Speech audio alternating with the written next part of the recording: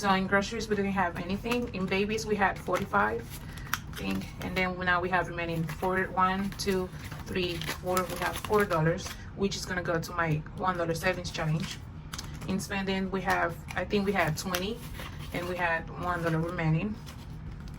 In blessing, we had 4, and we have 1, 2, 3, 4, which is gonna go into our $1 savings challenge.